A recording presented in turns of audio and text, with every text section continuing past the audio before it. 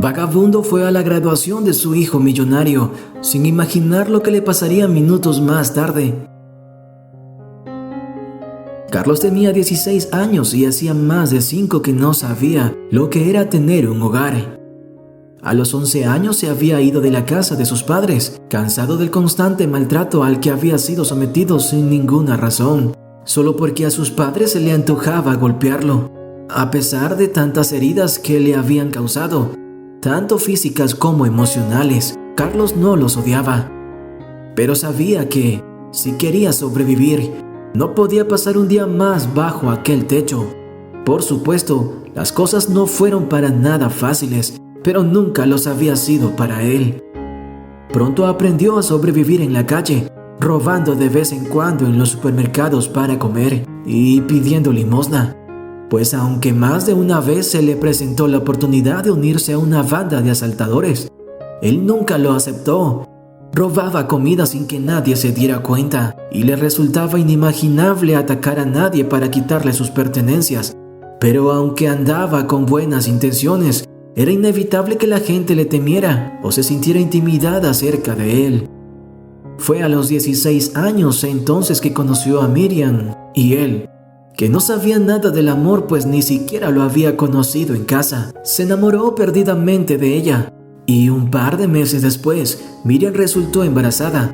Desde el momento en el que supo, Carlos quiso conocer a su hijo y estaba feliz. En cambio, ella no estaba muy convencida, pero tampoco deseaba hacer nada al respecto. Así, meses después, llegó Fabio al mundo, un pequeño que era idéntico a su padre, al punto de que parecía el mismo con rasgos de bebé. Carlos estaba tan feliz que fue en ese momento que se dio cuenta que nunca había conocido el amor hasta ahora. Pero la vida no tardaría en ponerle otra prueba dura. Carlos, su novia y su hijo intentaron sobrevivir juntos 2 meses, pero en la primera en desistir fue ella. Se había dado cuenta muy tarde de que en realidad lo menos que deseaba en la vida era ser madre, y una madrugada los abandonó sin decir nada. Carlos nunca volvió a saber nada más de ella, y fue cuando se dio cuenta de que estaba solo, que pensó que tendría que hacer hasta lo imposible por sacar a su hijo adelante. Pero en el transcurso de los siguientes 4 meses, nada iba bien. Al contrario, su situación había empeorado tanto que el bebé estaba mostrando señales de desnutrición y enfermedad. Que sobreviviera hasta ese momento sin una madre que le diera pecho había sido absolutamente complicado, al punto de que Carlos no sabía cómo lo había logrado, pero había llegado a un punto de no retorno, y si no hacía algo pronto, su hijo moriría. Fue por eso que tras mucho pensarlo y aún más sin sufrir ni llorar, Carlos tomó la decisión de dejar a su hijo en manos de alguien más. Conocía a una pareja joven y sin hijos que siempre le habían parecido muy buenas personas. Parecían tener mucho dinero y oportunidades para ofrecerle a un bebé. Así que una noche, en medio de sollozos, dejó al bebé arropado en su puerta, solo con una nota en la que le pedía que lo cuidaran, que el niño se llamaba Fabio y que no lo dejaban allí porque no lo amara, sino porque era su única opción de supervivencia. No hubo nada que le costara más en la vida a Carlos que dar aquellos pasos en los que alejaban poco a poco a su hijo. No fue capaz de mirar atrás porque, si lo hacía, volvería por él. Pero no podía hacer eso si no quería que el niño se muriera en sus brazos. Por eso, caminó y caminó por horas, hasta que finalmente no supo exactamente dónde estaba, y en ese punto cayó rendido y se durmió, para despertar 2 días después. La gran batalla emocional que había librado había agotado por completo sus fuerzas. Después, Carlos intentó mantenerse al margen de todo. Deseaba que a su niño lo hubiesen acogido bien, pero no fue capaz. Una semana después, volvió uno a uno cada paso que había dado para alejarse y se encontró de repente fisgoneando en la casa en la que había dejado a su bebé. Apenas unos minutos después escuchó un llanto adentro y supo que era él. El niño se calmó pronto en medio de mimos y comprendió que lo estaban tratando bien y que había llegado a un buen lugar. Durante los siguientes años, Carlos nunca se alejó, a pesar de que nunca se dejó ver. Estuvo pendiente de cada uno de los avances de su hijo, lo vio dar sus primeros pasos y lo oyó pronunciando sus primeras palabras. Lo vio crecer desde lejos, pero nunca lo abandonó. Se dio cuenta de que la primera vez que fue a la escuela y de los amigos que iba haciendo, y notó también que su hijo era un niño inteligente, que siempre recibía buenas notas y que era el orgullo de sus padres adoptivos. Carlos jamás pudo haber imaginado que el día en que decidió asistir a la graduación de su hijo, 10 años después, su vida cambiaría de ese modo. Había cargado con la culpa por años por haber dejado solo a su hijo, que sentía que no merecía nada bueno en la vida, ni siquiera cuando otros le decían que lo que había hecho había sido por el bien de su hijo, pues ahora él vivía la vida que jamás había podido ofrecerle. Entregarlo había sido un sacrificio y un acto de amor, pero él nunca lo comprendió de ese modo sino hasta aquel día, ese momento en el que vio a Fabio graduándose de la escuela, listo para comenzar antes que los demás el siguiente ciclo escolar. Con los ojos brillantes por la emoción y feliz, fue decisivo en la vida de Carlos.